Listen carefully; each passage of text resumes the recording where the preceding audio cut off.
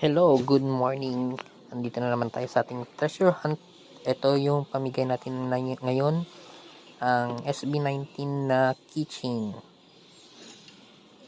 Woohoo! So, travel maaga pa, wala pa masyadong tao. Hanap tayo ng magandang spot na pagtataguan.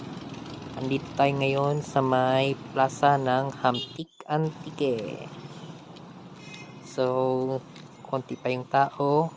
Maghanap tayo ng magandang spot kung saan natin itatago yung ating treasure hunt.